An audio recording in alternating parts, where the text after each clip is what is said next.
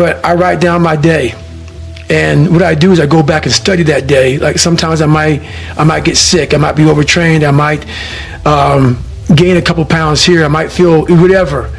It's like my accountability journal of what I'm doing with my life, physical, mental. I had an eating journal, all this shit. And it helps me go back to, once again, study. I'm a lab rat. And I study myself. And I'm like, when I'm feeling fucked up, I go, okay, what did I do last week? And usually I can find out where I messed up last week. You know, how much I'm traveling, how much I'm sleeping, how much I'm doing all this stuff. And through journaling, man, you can really figure out so much about where you're messing up in life and what you need to fix about yourself. And that's the thing about, you cannot put bullshit in there. It's got to be a real journal about, hey, today I messed up here. Today I should have been a better person here, and not just saying it, but actually trying to fix it tomorrow. You know what? It's important to have circles.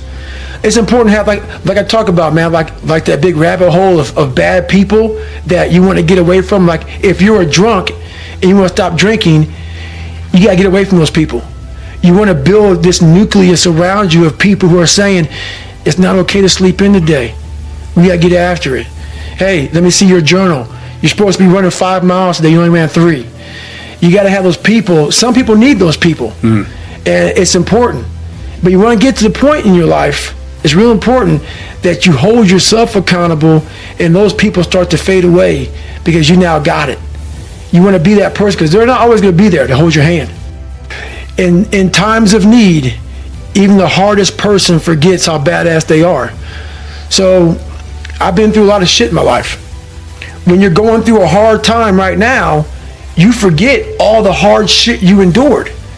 So the cookie jar is a reminder that, oh, I can get through this hard time right now, but you got to take a second or two to reach into the mental cookie jar. Let's say it's a fortune cookie, but in my mind, my mom used to buy these cookies, you know, in the cookie jar, and there's an Oreo, Chips Ahoy, whatever. That's where I got the cookie jar from. But you got to open up and say, okay, man, I was in 3 hell weeks, and I got through 2 of them. You know, I was in Ranger School. I ran about all these things I endured alone. I had to remind myself of the strength and the power that I have, that it's in me.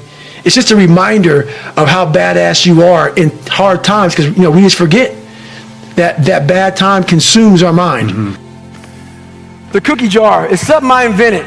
As you all know, your mom has a cookie jar, and sometimes you might have an Oreo, sometimes you might have a Chips Ahoy, sometimes you might have an oatmeal raisin cookie.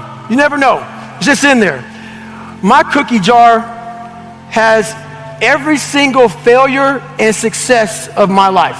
Something I overcame. So what happens in time of life when you're stressed out and things get bad, even the hardest guy in the world, me, everybody thinks, and I think I'm the hardest guy in the world. You got to believe that. You got to believe you are something. I will, in my mind, reach into my cookie jar, and sometimes you forget how hard you are in times of need. Because you're stressed. But you forget, I'm a fucking Navy SEAL, I'm a Ranger, I'm this and that, but you forget all that because your life sucks. I calm down, take that 1 second, get control of my life, reach in the cookie jar, put it back in the cookie jar, reset my mind. You have to remind yourself of how badass you really are. Start to armor your mind, because your mind's like, okay, we suffer every day. That's what we do. We do stuff that sucks every day, so then when the suck stuff comes, you're ready for it. And that's how I started coming up. You know, I just started being very uncomfortable, and now it's like just a way of life. So I had this my whole life. I mean, I don't know if people believe in God or what. I don't care what you believe in. There's been this unrelenting voice in my head. We all have this voice. It's the right or wrong voice. And a lot of times that voice guides us into comfort. And my voice guided me into comfort a lot. But I had this other voice I heard my whole life saying, hey, motherfucker, what are you doing? Nah, man.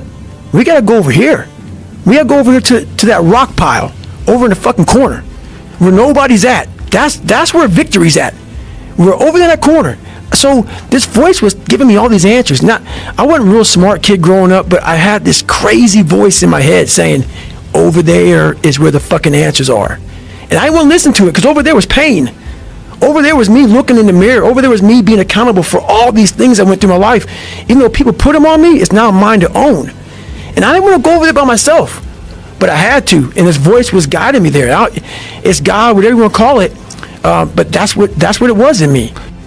There's three reasons why you suffer, and one is, well, look at you and the way you're built. It's inevitable. There's not very much of you, and there's a lot of everything else.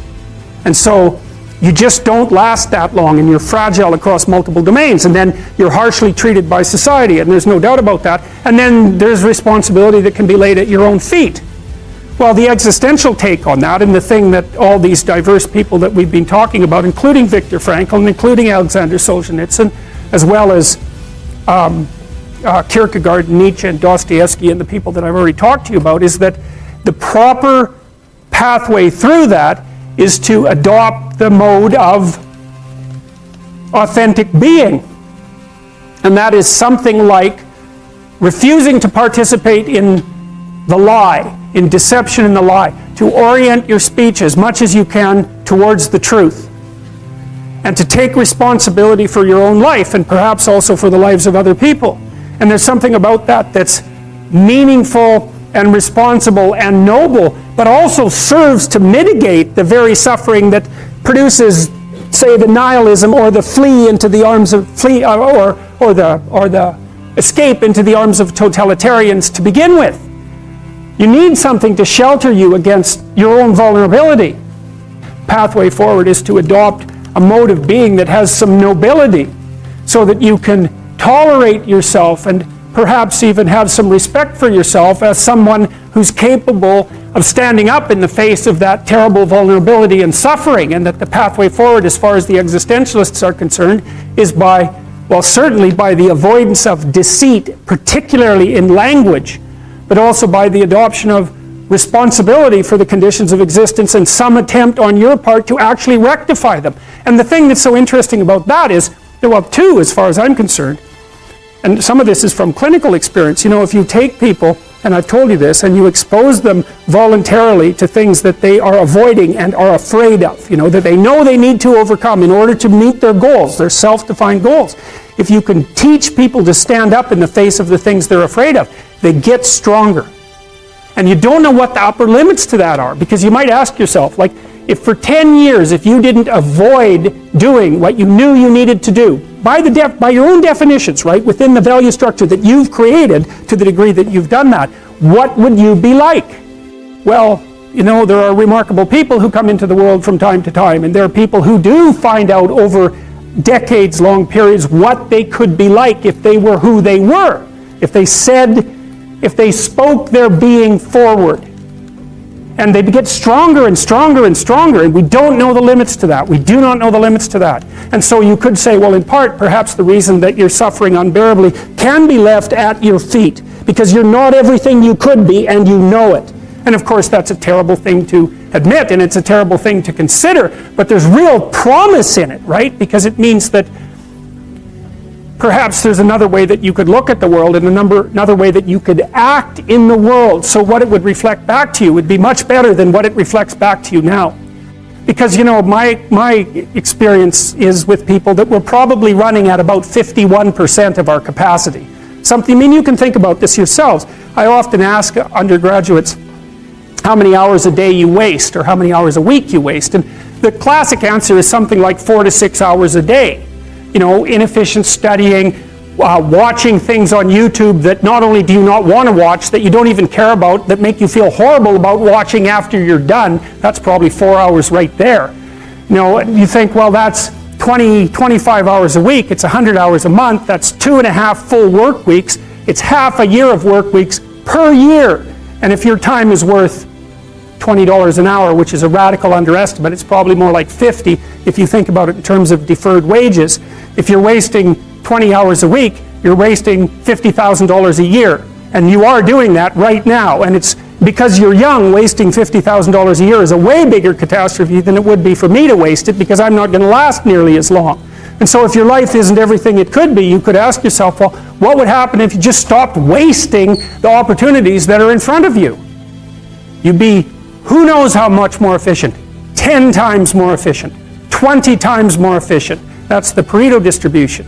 You have no idea how efficient people get. It's off the charts.